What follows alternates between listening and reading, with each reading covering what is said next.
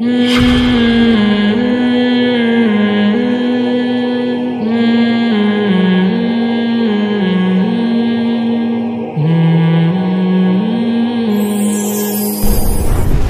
في الأرض من ولي ولا نصير ومنهم من عاهد الله لئن آتانا من فضله لنصدقن ولنكونن من الصالحين۔ ان میں بعض ایسے ہیں جنہوں نے اللہ سے معاہدہ کیا تھا کہ اگر اللہ نے اپنے فضل سے ہمیں عطا کیا تو ہم ضرور بھی ضرور صدقہ کریں گے۔ اس کا بھی ایک شان نزول ہے۔ ثعلبہ ابن حاطب، یہ بھی ایک منافق تھا، غریب تھا، مسکین تھا۔ یہ ایک دن نبی صلی اللہ علیہ وسلم کی خدمت میں حاضر ہوا اور عرض کیا کہ یا رسول اللہ، آپ دعا مانگیں کہ اللہ میری غربت دور کر دے اور مجھے خوب مال و دولت دے۔ نبی نے انکار کر دیا۔ عام طور پر اس طرح سے دعا مانگنا مناسب نہیں ہے کہ اللہ اس کو خوب دولت دے، بلکہ اللہ سے عافیت مانگنی چاہیے۔ اللہ سے یہ مانگنا چاہیے کہ اللہ تو ہمیں خوش رکھ، غربت میں رکھ، مالداری میں رکھ، وہ تیری مرضی ہے، مال مقصود تو نہیں ہے نا۔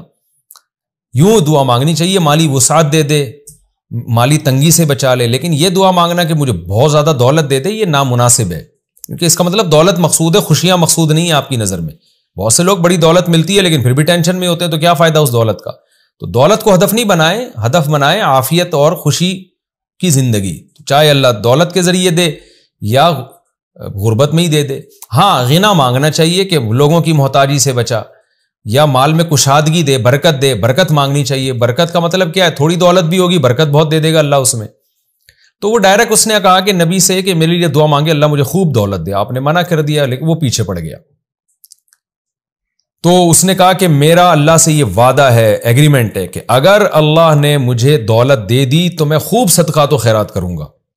جب اس نے یہ معاہدہ کیا تو نبی صلی اللہ علیہ وسلم نے دعا کے لیے ہاتھ اٹھائے اور آپ نے اس کے لیے دعا مانگی کہ اللہ تو اس کو ہاتھ اٹھائے یا بغیر ہاتھ اٹھائے دعا کی بھی یہ پوری روایت میرے ذہن میں مستحضر نہیں ہے۔ بہرحال نبی صلی اللہ علیہ وسلم نے اس کے لیے دعا کی اور اس دعا کی برکت سے اللہ نے اس منافق کو بہت مال و دولت دیا، لیکن وہی ہے کہ وہ نشے میں آ گیا۔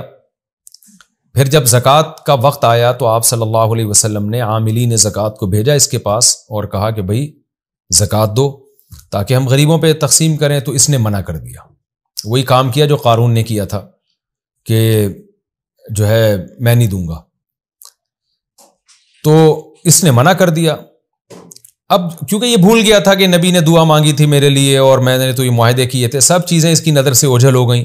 پھر قرآن میں یہ آیتیں نازل ہوئیں، وَمِنْهُمْ مَنْ عَاهَدَ اللَّهَ، ان منافقین میں بعض ایسے ہیں جنہوں نے اللہ سے ایگریمنٹ کیا، لَئِنْ آتَانَا مِنْ فَضْلِهِ، کہ اللہ نے اپنے فضل سے اگر ہمیں عطا کر دیا، لَنَصَّدَّقَنَّ، ہم ضرور بھی ضرور صدقہ کریں گے، وَلَنَكُونَنَّ مِنَ الصَّالِحِينَ، اور ہم ضرور بھی ضرور نیک لوگوں میں شامل ہو جائیں گے۔ لیکن ہوا کیا؟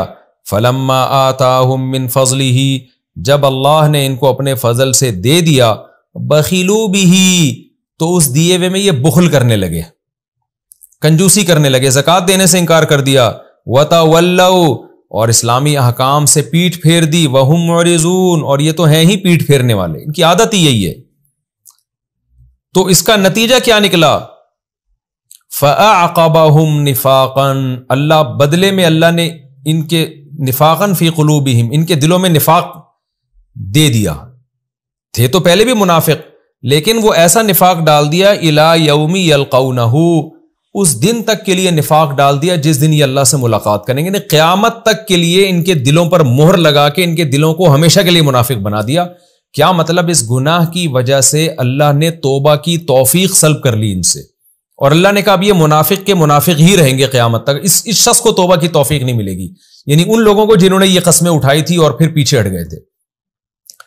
اب سوال پیدا ہوتے ہیں تو بہت بڑی سزا ہے کہ اللہ توبہ کی توفیق ہی کسی سے سلب کر لے، تو اللہ اس کا جواب دیتے ہیں یہ ہم نے ظلم نہیں کیا۔ کیوں؟ ہم نے یہ سزا ان کو اس لیے دی ہے، بما اخلف اللہ ما وعدوہ، انہوں نے اللہ سے جو وعدہ کیا تھا اس وعدے میں انہوں نے اللہ کی مخالفت کی ہے، اللہ سے مخالفت کی، اخلف اللہ سے مخالفت کی ہے، ما اس چیز میں، وعدوہ جس کا انہوں نے وعدہ کیا تھا، کہ اللہ سے جھوٹ بولا تھا نا انہوں نے، تو جھوٹ تو ایک نفاق ہے نا، جھوٹ کا مطلب کہ اندر کچھ ہے باہر کچھ ہے، تو اس اللہ سے جھوٹ بول رہے تھے، اور وبما کانوا یکذبون، اور یہ ویسے بھی جھوٹ بول رہے تھے، تو اس جھوٹ کی وجہ سے ایک تو اللہ سے جھوٹا ایگریمنٹ اور دوسرا منہ سے بھی جھوٹ بولتے تھے. تو جھوٹ ایک نفاق کی بڑی علامت ہے. جھوٹ کا مطلب کیا ہے؟ آپ شو کچھ اور کر رہے ہیں، دل میں کچھ اور ہے. تو یہ ایک منافقت ہے. تو اس منافقت والے اعمال کی وجہ سے اللہ نے ان کے دلوں کو ہمیشہ کے لیے منافق بنا دیا. یعنی منافق کی بھی دو قسمیں. ایک منافق وہ ہوتا ہے جس کو توبہ کی توفیق مل گئی، جیسے جلاس نامی منافق کو توبہ کی توفیق مل گئی. ایک منافق وہ ہے جو اتنا آگے جا چکا ہے کہ اس کو توبہ کی توفیق بھی نہیں ملے گی. تو یہ ان منافقین میں سے ہے کہ اس نے ایسے کام کیے، بار بار اللہ سے جھوٹ بولے اور معاہدے کر کے پیچھے ہٹ گیا. اللہ نے مہر لگا دی دل پہ کہ اب تو تیرا ظاہر کچھ اور باطن کچھ ایسا ہی رہے گا، اب تیری زندگی اسی طرح گزرے گی. اب تیرے اندر وہ غیرت ہی ختم ہو جائے گی جس غیرت کی بیس پر انسان کو احساس ہوتا ہے کہ یار میں لوگوں کے سامنے کچھ اور ہوں، اندر کچھ اور ہوں. تو یہ احساس اب اللہ تجھ سے ختم کر دیں گے. حدیث میں آتا ہے کہ جب یہ آیتیں نازل ہوئی نا، یہ پچھلی آیت جب نازل ہوئی نا، وَمِنْهُمْ مَنْ عَاهَدَ اللَّهَ لَئِنْ آتَانَا مِنْ فَضْلِهِ، کہ ان میں بعض ایسے ہیں جنہوں نے اللہ سے معاہدے کیے تھے کہ اللہ نے ہمیں دیا تو ہم صدقے کریں گے. یہ آیت جب نازل ہوئی تو یہ ایک دم جو ہے نا ڈر گیا کہ یار یہ تو اللہ نے میرے راز پورے کھول دیے سب دنیا کے سامنے. تو یہ جو ثعلبہ ابن حاطب تھا، اس کو احساس ہوا کہ یہ تو قرآن میں آیتیں نازل ہو گئی میرے بارے میں. اس کا خیال یہ تھا کہ میں جانتا ہوں، نبی جانتے ہیں، اللہ جانتا ہے، باقی دنیا میں کسی کو کیا پتا. لیکن جب قرآن کی آیتیں بن کے یہ بات نازل ہو گئی تو وہ ایک دم اس کو ذلت محسوس ہوئی کہ میں تو پوری دنیا میں ذلیل ہو جاؤں گا. تو وہ زکوٰۃ لے کر آیا نبی صلی اللہ علیہ وسلم کے پاس ان آیتوں کے نازل ہونے کے بعد. پہلے نبی نے نمائندہ بھیجا زکوٰۃ دو، اس نے کہا نہیں دوں گا. جب یہ آیتیں نازل ہوئی نا تو پھر اپنی ذلت کو بچانے کے لیے وہ زکوٰۃ لے کر آیا اور آپ صلی اللہ علیہ وسلم نے زکوٰۃ لینے سے انکار کر دیا. وہ بہت اس نے اصرار کیا کہ آپ لے لیں زکوٰۃ، میں دینے کے لیے تیار ہوں. نبی نے نہیں لیا. نبی صلی اللہ علیہ وسلم جب دنیا سے چلے گئے تو حضرت ابو بکر کا دور حکومت آیا. تو پھر وہ زکوٰۃ لے کر آیا حضرت ابو بکر کے پاس کہ آپ وصول کر لیں. حضرت ابو بکر نے فرمایا جس کی زکوٰۃ نبی نے وصول نہیں کی تو میں کیسے وصول کر سکتا ہوں؟ میں کبھی بھی زکوٰۃ نہیں لوں گا تم سے. اس نے بہت اصرار کیا. ابو بکر نے فرمایا نہ، جس کو نبی نے مسترد کر دیا میں اس سے زکوٰۃ نہیں لے سکتا. حضرت ابو بکر کا انتقال ہو گیا. حضرت عمر کے دور خلافت میں وہ حضرت عمر کے پاس آیا. اچھا، میں جو روایتیں پیش کرتا ہوں نا، حوالے میں نہیں دے رہا ہوتا کہ فلاں کتاب کے فلاں صفحے پر. اس کی وجہ یہ ہے کہ میں نے یہ التزام کیا ہے کہ میں جو بھی تفسیر میں حدیث بیان کروں گا وہ صحیح حدیث ہی ہوگی، مستند ہی ہوگی. لہذا میرے اس لیکچر میں کسی کو بھی اعتراض ہونا کہ بھئی یہ حدیث مفتی صاحب کہاں سے بیان کر رہے ہیں، تو آپ گوگل پہ لکھیں یا تفسیر کی کتابوں میں دیکھیں، آپ کو مستند کتابوں میں بہت ساری کتابوں میں وہ حدیث مل جائیں گی. تو میں اس کا التزام کرتا ہوں کوئی کمزور روایت پیش ہی نہ کروں. تو اس لیے میں نے اس کو، تاکہ ہمارا لیکچر کنٹینیو چلتا رہے، اس لیے پھر میں اس کو حوالے کے بغیر پیش کر دیتا ہوں، ورنہ وہ ساری حدیثیں مستند ہی ہیں. کسی کو کسی روایت پہ کوئی اشکال ہو تو وہ مجھ سے رابطہ کر سکتا ہے کہ بھئی یہ والی روایت پر تو فلاں محدث نے کلام کیا ہے تو سند کے لحاظ سے ضعیف ہے. تو میں پھر اس کی ڈیٹیل آپ کے سامنے انشاءاللہ بیان کروں گا، اور اگر بالفرض ثابت ہو جائے ضعیف ہے تو میں رجوع کا اعلان بھی کروں گا.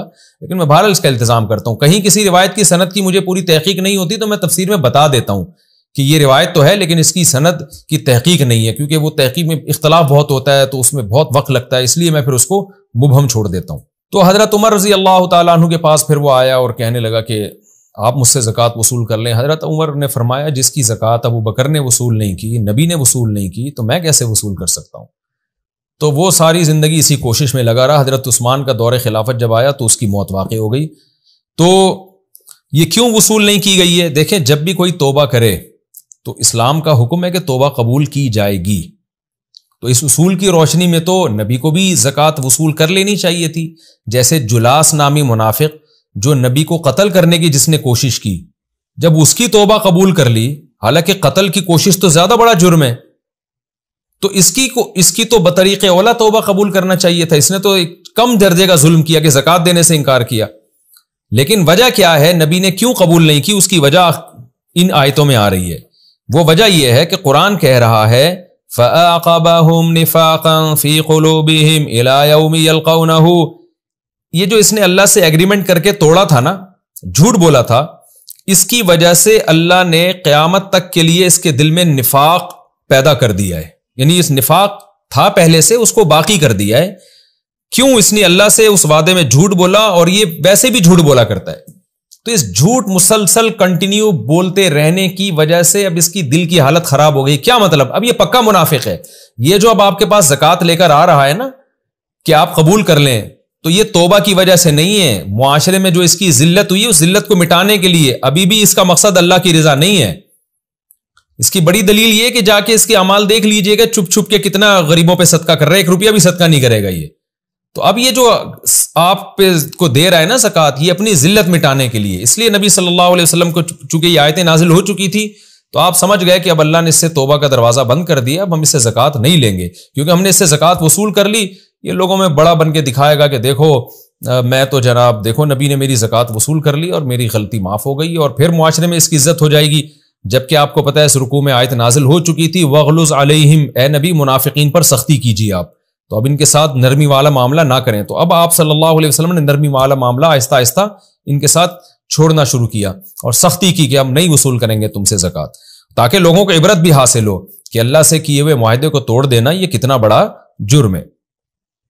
الم یعلموا، اللہ ان منافقین کے بارے میں کہتے ہیں کیا ان کو پتہ نہیں، ان اللہ یعلم سرهم ونجواهم، اللہ ان کے دلوں کے راز اور ان کی سرگوشیوں کو جانتا ہے. یہ نجی محفلوں میں باتیں کر رہے ہوتے ہیں، اسلام کا مذاق اڑاتے ہیں، صبح لا کے زکوٰۃ دے رہے ہیں نبی کے سامنے، یہ رازوں کو اللہ جانتا ہے. وَإِنَّ اللَّهَ عَلَّامُ الْغُيُوبِ، اللہ غیب کی باتوں کو جانتا ہے. الَّذِينَ يَلْمِزُونَ الْمُطَوِّعِينَ مِنَ الْمُؤْمِنِينَ فِي الصَّدَقَاتِ. آگے ایک اور بات منافقین کی بیان کی جا رہی ہے کہ یہ وہ بدبخت لوگ ہیں کہ مسلمانوں میں جو نیکی کرنے والے مسلمان، بڑھ چڑھ کے نیکیوں میں حصہ لینے والے مسلمان ہیں، ان کو صدقات میں بھی تانے دیتے ہیں. 2 قسم کے مسلمان تھے جو جنگوں میں تبوک کے موقع پہ صدقہ کر رہے تھے، کیونکہ تبوک کے موقع پہ نبی نے عام چندے کا اعلان کیا تھا کہ بھئی ہمیں بہت بڑی لڑائی ہے، بہت لمبا سفر ہے، تو جو اسباب جتنا کوئی لا سکتا ہے لائے. سواریاں کوئی لا سکتا ہے سواری دے دے، کوئی پیسے دے سکتا ہے پیسے دے. تو مالدار صحابہ نے کھل کے صدقے کیے، بہت بڑی بڑی رقمیں دی نبی کو لا کے. لیکن جو غریب صحابہ تھے بیچارے کیا کرتے؟ ایک صحابی تھے، ان کو خیال ہوا کہ بھئی میرے پاس تو کچھ ہے نہیں چندہ دینے کے لیے، میں اس جہاد میں کیسے پیچھے رہ جاؤں، کیونکہ جہاد جان کے ساتھ بھی ہے مال کے ساتھ بھی ہے. تو انہوں نے سارا دن مزدوری کی اور دہاڑیاں لگا لگا کے بالآخر ایک رسی بیچارے اکٹھے کر سکے. وہ ایک رسی مل گئی تو انہوں نے کہا چلو یہ کسی کام آ جائے گی جہاد میں.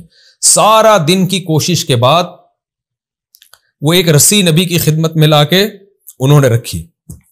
تو قرآن کہتا ہے کہ منافقین نے ان کا مذاق اڑانا شروع کیا. والذین لا یجدون الا جہدہم، کہ یہ مذاق اڑاتے ہیں ان لوگوں کا جو نہیں پاتے مگر اپنی کوشش.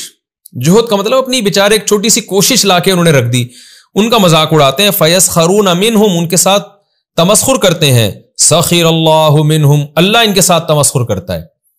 وَلَهُمْ عَذَابٌ علیم، اور ان کے لیے دردناک عذاب ہے. یعنی اللہ نے ان کے اس منافقین کے اس عمل کو بہت ایک برائی کے طور پہ بیان کیا کہ ایک آدمی اللہ کی رضا کے جذبے سے سارا دن محنت کر کے ایک رسی لے کر آ رہا ہے اور اس کی نیت اللہ کی رضا ہے، اور تم مذاق اڑا رہے ہو کہ یہ رسی لا کے شو مارنے کی کوشش کر رہا ہے. جیسے غریب آدمی چندہ دے دے نا، 5 روپے لا کے دے دے 10 روپے، تو ہم کہیں گے تجھے ضرورت کیا تھی دینے کی. تو منافقین نے طنز کرنا، جو زیادہ مال لے کر آ رہے تھے منافقین ان کو تانا دے رہے تھے شو مار رہے ہیں، اور جو تھوڑا مال لے کر آ رہے تھے ان کو کہہ رہے تھے تمہارے اس مال کی ضرورت کیا ہے، تم انگلی کٹا کے کیوں شہیدوں میں نام لکھوانے کی کوشش کر رہے ہو، کیوں شو مارنے کی کوشش کر رہے ہو کہ ہم بھی چندہ دیں گے. تو ہر نیکی میں جو ہے نا، ہر نیکی کی کام میں رکاوٹ. تو اللہ کو کتنا غضب آیا، اور ان صحابی کا اللہ نے کیسا تذکرہ کیا کہ تم ان کا مذاق اڑاتے ہو جو مزدور سارا دن مزدوری کر کے اللہ کی رضا میں ایک رسی لے کر آتا ہے. سخر اللہ منہم، اللہ تمہارا مذاق اڑاتا ہے کہ تم کیسے احمق اور بے وقوف ہو کہ ایسے صحابی کو جو اللہ کی رضا کا متلاشی ہے اس کا مذاق اڑا کے اپنی آخرت برباد کر رہے ہو. تو وَلَهُمْ عَذَابٌ علیم، ان کے لیے دردناک عذاب ہے جو مذاق اڑا رہے. میں جب یہ آیت پڑھتا ہوں مجھے بڑا لطف آتا ہے کہ اللہ کو ان صحابی کا عمل کتنا پسند آیا. حالانکہ وہ ایک رسی جہاد میں کیا کرے گی، غزوہ تبوک میں اتنا لمبا سفر، اس ایک رسی کی کیا ویلیو ہے. اس کی ظاہر ہے جہاد میں لاکھوں کروڑوں روپے کا سرمایہ چاہیے ہوتا ہے، تو وہ ایک رسی کیا کر لے گی. لیکن اللہ کو ان صحابی کی وہ رسی کتنی پسند آئی کہ منافقین نے جب اس صحابی کو تانا دیا ہے تو اللہ نے ان منافقین کے لیے دردناک عذاب کی آیتیں قرآن میں نازل کر کے ان صحابی کا دفاع کیا ہے. چندہ تو بہت سے لوگوں نے دیا تھا، لیکن دفاع اللہ کس کا کر رہا ہے؟ ان صحابی کا جو رسی لے کر آئے تھے۔ اس سے پتہ چلتا ہے کہ اللہ کے ہاں اخلاص کی کیا ویلیو ہے، اور اس سے یہ بھی پتہ چلتا ہے کہ ہمارے نبی صلی اللہ علیہ وسلم واقعی سچے پیغمبر تھے، ورنہ وہ اس رسی لانے والے کو کہتے بھائی تجھے کیا ضرورت ہے۔ جس کی نظر اسباب پر ہوتی ہے وہ رسیوں کے ویلیو نہیں دیتا، وہ بڑی بڑی رقموں کو ویلیو دیتا ہے، لیکن ہمارے نبی بھی ان صحابی کو ویلیو دے رہے ہیں، اللہ بھی ان صحابی کو ویلیو دے رہا ہے، ان کی قدر و قیمت اللہ کی نظر میں، اور ان کو تانا دینے والے منافقین کے لیے دردناک عذاب کی آیتیں نازل کر رہا ہے اس صحابی کے دفاع میں جو رسی لے کر آ رہے ہیں۔ اس سے پتہ چلتا ہے کہ بھائی اللہ کی نظر میں عمل میں اخلاص کی اور آپ کی محنت کی کتنی ویلیو ہے، اور یہی وجہ تھی مسلمانوں کی ترقی کی اور دنیا میں غلبے کی کہ وہ اخلاص کے ساتھ کام کرتے تھے، اسباب پہ ان کی نظر نہیں ہوتی تھی۔ استغفر لہم او لا تستغفر لہم، اے نبی آپ ان بدبختوں کے لیے استغفار کریں یا نہ کریں، یہ جو تانے دے رہے ہیں۔ ان تستغفر لہم 70 مرتن، اگر آپ ان کے لیے 70 مرتبہ بھی استغفار کریں گے، فلن یغفر اللہ لہم، اللہ ہرگز ان کی مغفرت نہیں کرے گا۔ ذالک بانہم کفروا باللہ ورسولہ، اس لیے کہ انہوں نے اللہ اس کے رسول کے ساتھ کفر کیا ہے، حقیقت میں یہ کافر ہیں۔ واللہ لا یہدی القوم الفاسقین، اور اللہ ایسے فاسقوں کو سیدھی راہ نہیں دکھاتا، یعنی توبہ کی توفیق نہیں دیتا۔ پتہ چلا کہ توبہ کی توفیق والے منافق الگ ہوتے ہیں اور جو دوسرے منافق وہ الگ ہوتے ہیں، یعنی اللہ نے بھی کافروں کی بھی کیٹیگری ہے، منافقوں کی بھی، کہ کون ایسے ہیں جن کو توبہ کی توفیق ملے گی، کون ایسے ہیں جن کو نہیں ملے گی۔ تو یہ جو والے جو منافقین ہیں جو یہاں تک پہنچ چکے ہیں، اللہ ان کو توبہ کی توفیق نہیں دیتا۔ تو یہ ہمارا رکوع مکمل ہوا، جلدی جلدی اس میں مختصر پوائنٹ بتا کے ختم کرتا ہوں۔ جاہد الکفار والمنافقین واغلظ علیہم، پہلی آیت یہ تھی کہ منافقین پر آپ سختی کیجئے۔ دوسرا یہ کہ منافقین نے جنہوں نے نبی صلی اللہ علیہ وسلم کو قتل کی کوشش کی، ان میں سے بھی بعض کو اللہ نے توبہ کی توفیق دی ہے۔ تو یہ سوال ہوتا ہے کہ باقیوں کو ایک دم قتل کیوں نہیں کر دیا؟ اس کا جواب یہی ہے کہ نبی صلی اللہ علیہ وسلم ظاہر پہ چلا کرتے تھے، اور حدیث میں آتا ہے کہ نبی نے فرمایا کہ اگر میں منافقین کو قتل کرنا شروع کر دوں تو دنیا کہے گی ان محمد یقتل اصحابہ، نبی اپنے ساتھیوں کو بھی قتل کرتے ہیں، تو لوگ اس سے اسلام میں داخلہ بند ہو جائے گا، ڈر جائیں گے، کیونکہ لوگوں کو نہیں پتا کہ یہ منافق ہیں، ظاہر میں تو مسلم ہی ہے نا، تو اس لیے ان کے ساتھ ویسے ہی معاملہ کیا جاتا ہے۔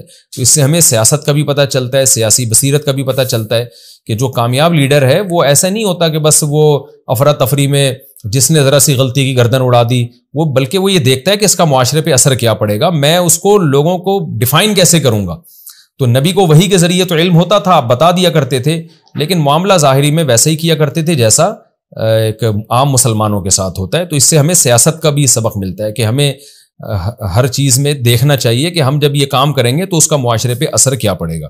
یہ بھی ایک پوائنٹ کی بات ہمیں پتہ چلتی ہے۔ حالانکہ منافقین کتنا نقصان پہنچا رہے تھے، لیکن بڑے نقصان سے بچنے کے لیے چھوٹا نقصان برداشت کرنا پڑتا ہے۔ اور تیسری بات یہ کہ اخلاص کی قدر و قیمت پتہ چلتی ہے کہ جو ایک صحابی رسی لے کر آئے، اللہ نے ان کی کیسی قدر کی۔ تو ہمیں بھی کسی غریب کے چندے کو توہین کی نظر سے دیکھنا بالکل پسندیدہ نہیں ہے۔ نبی صلی اللہ علیہ وسلم نے بہت شدید وعید بیان کی ہے اس عورت کے لیے جو اپنے پڑوسی کے ہدیے کو حقیر سمجھے۔ بعض دفعہ پڑوسن کوئی ہدیہ بھیج دیتی ہے چھوٹا موٹا، تو عورتیں مذاق اڑاتی ہیں کیا بنا کے بھیج دیا اس نے، تو بھائی کوئی محبت میں آپ کو کچھ بھی دے رہا ہے آپ اس کی قدر کریں۔ تو کوئی آپ کو چھوٹا گفٹ بھی دے رہا ہے، محبت میں دے رہا ہے، تو آپ اس کو تانا مت دیں۔ یہ بھی ہمیں یہاں سے